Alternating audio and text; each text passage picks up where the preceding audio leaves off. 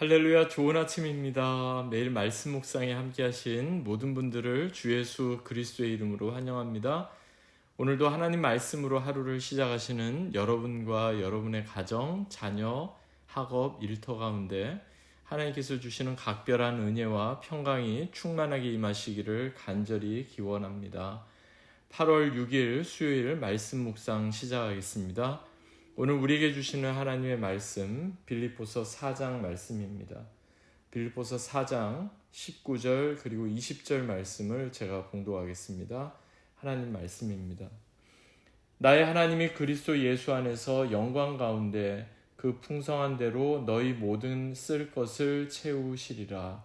하나님 곧 우리 아버지께 세세 무궁토록 영광을 돌릴지어다. 아멘. 이는 우리에게 주시는 하나님의 말씀입니다. 주님 감사합니다. 본문을 중심으로 모든 쓸 것을 채우시리라, 모든 쓸 것을 채우시리라 라는 제목으로 함께 하나님 말씀 나누겠습니다. 어느 언어학자가 연구를 했답니다. 미국인들이 1년에 어느 정도의 말을 하면서 지내는지. 그랬더니 놀랍게도 1년에 보통 사람 성인 남자 성인 여자의 경우 평균 900만 단어를 말한다고 합니다. 그런데요 900만 단어의 말 가운데 거의 절반이 넘는 500만 단어의 그 단어가 있는데 바로 I, 나라는 단어였다고 합니다. 한마디로 미국인들의 오늘날 시대정신을 그대로 말해주는 대목이 아닌가 싶습니다. 모든 것이 자기 중심이죠. 모든 것이 자기가 좋으면 그것이 모든 것의 가장 중요한 가치 판단의 기준이 되어 버리는 겁니다. 그러니까 옳고 그름의 문제가 아니라 이제는 좋고 나쁨의 문제인 거죠. 내가 좋으면 그것이 옳지 않아도 좋다고 하고 내가 싫으면 그것이 아무리 진리라고 해도 거부하는 그런 이기적인 시대, 우리는 그런 시대를 살아가고 있습니다. 그러다 보니까 점점 하나님께서 우리 안에 서실 그 공간들, 하나님께서 우리 안에 정말 역사하실 그 공간은 좁아질 수밖에 없는 겁니다. 대부분 내 자신의 어떤 이기적인 것들로 가득 채워지는 그것이 바로 우리의 현실, 우리의 모습이 아닌가 싶습니다. 사실 인간이 처음 타락하고 하나님으로부터 멀어졌던 그 첫 출발이 무엇이었습니까? 다름 아니라 하나님처럼 되고자 했기 때문에 나 자신이 더 높아지려고 한 것 때문에 그 모든 죄의 출발이 시작되지 않았습니까?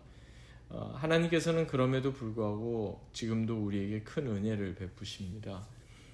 이기적이고 온통 내 자신의 생각으로 똘똘 뭉쳐있는 그런 우리를 향해서도 하나님은 지금도 변함없이 우리의 모든 것을 공급하시고 채워주시고 또 우리 가운데 하나님의 은혜로 함께하여 주시는 그런 분이십니다.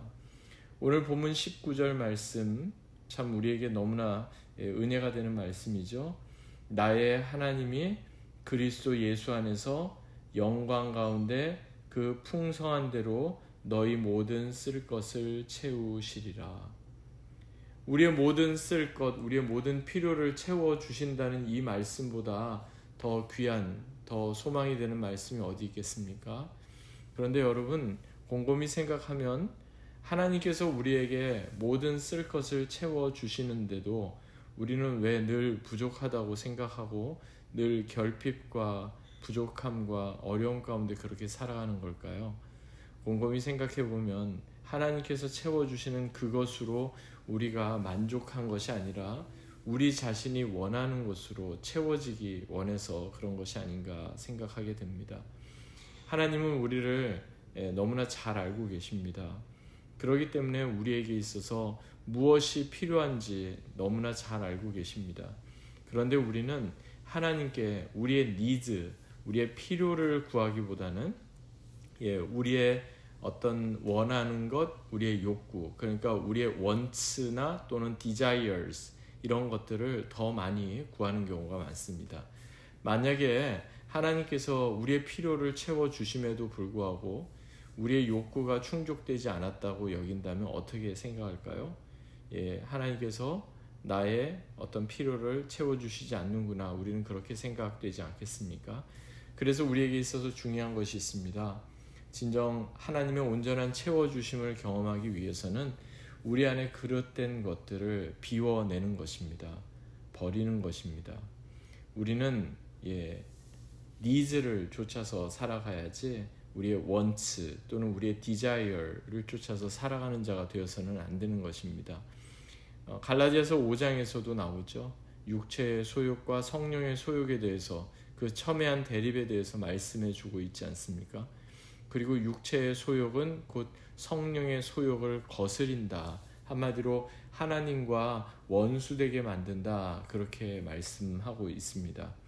우리 안에 있는 거짓되고 세상적이고 그리고 죄악된 그런 욕망, 그런 소욕들을 먼저 비워낼 때 그 가운데 하나님께서 우리에게 주시는 새로운 것으로, 거룩한 것으로, 그리고 우리에게 꼭 필요한 것으로 채워지게 된다는 사실을 또한 꼭 기억하시기 바랍니다.